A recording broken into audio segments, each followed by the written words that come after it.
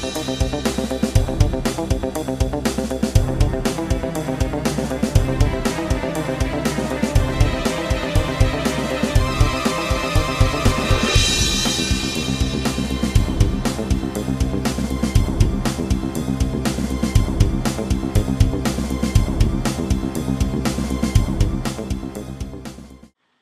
have some other tools here. I can get rid of the checkers within the view. I can get rid of the sprites, so all I see is the bounding box and the collision boxes, and I can get rid of the bounding boxes. Now, I actually like working with it this way, but it's a little customization that our programmer Dario has put in, which is very nice. So now I'm going to show you the really good stuff. So I'm going to import an animated sprite. Now here are our explosions again. In the last post you saw me do all of these. So that's one animated sprite, but they're not really going to be able to show off the power of this tool. So I am going to use our player ship animation. So this is a 45 frame animation of our player ship rotating. And the reason why we did this is because when you move left or right, we want to have the ship get animated so that you know that you've moved right or left.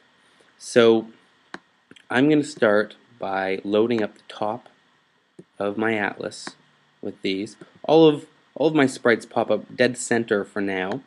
We are going to be putting in a separate dialog for sprites to pop into because it's a little inconvenient for it to be on your texture atlas when you're spreading it out like this, but for now it works great for us. So here I am placing these on the top, and you'll know why in a moment. The main thing about these texture atlases is you want to get as much onto each atlas as you possibly can, because obviously the less atlases you need to load for your game to run, the less load time you'll have to wait for before you can actually start playing. And that's something important to consider. Now I've gotten to this point. I'm going to go edit because these are all collidable objects as well. When they get attacked or bump into something, we want to know so that we can cause an effect within the game, usually damage being done.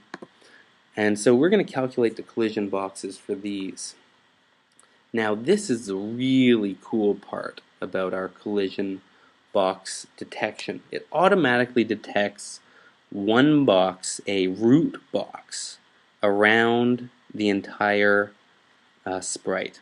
But that's not very accurate, because right now if the player gets shot here, he's going to take damage, or if he gets shot here, he's going to take damage even though it has not hit the ship yet. So we've developed a way to by left clicking again, we can subdivide that root box into smaller boxes, and then it checks again to see where the closest sprites are.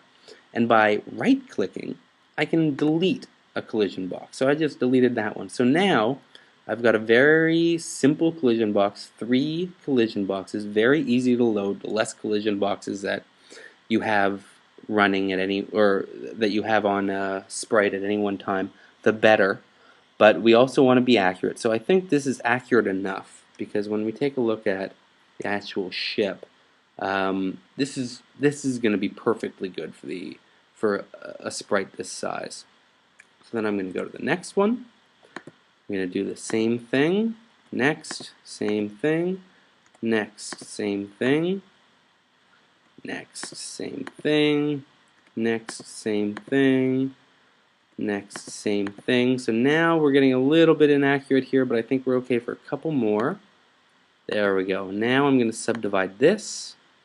Get rid of that collision box. Get rid of that collision box. Next. Get rid of that collision box. Get rid of that collision box. Oh, wait, no, I shouldn't have. By hitting R, you reset your collision box just to the root box. And I'm messing up left and right on this one. I think that is better. Always keeping in mind to have as few collision boxes as you can get away with, but while optimizing accuracy of the collision area. So I'm going to skip ahead a bit here because I want to show you guys one other thing that allows us to save a lot of room on our atlases. So I'm going to do this one,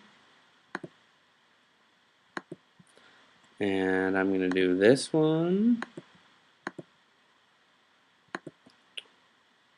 and this should do it.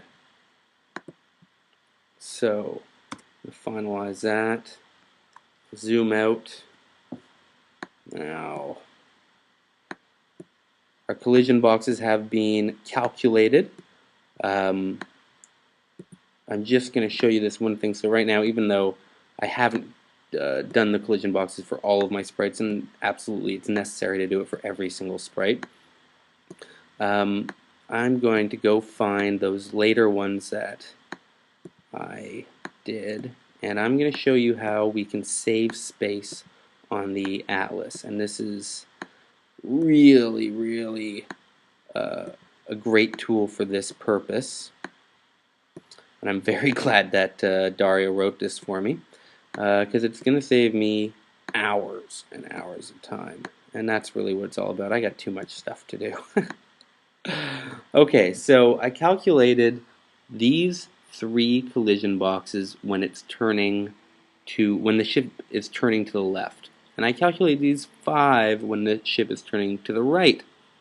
So what I can do now is I can merge the alpha, and as long as I keep 1 pixel distance between the last pixel of this sprite and the outside of the bounding box of this sprite, then even considering that's just alpha on alpha, alpha channel is obviously that transparency around the image, and as long as it's just that transparency, that alpha on the other ship's alpha, we can get away with having the bounding boxes merge a bit, and that saves us tons of room. If you think about it, we can do this with most of our collidable sprites, and in the end save thousands of pixels of room by spending this little bit of extra time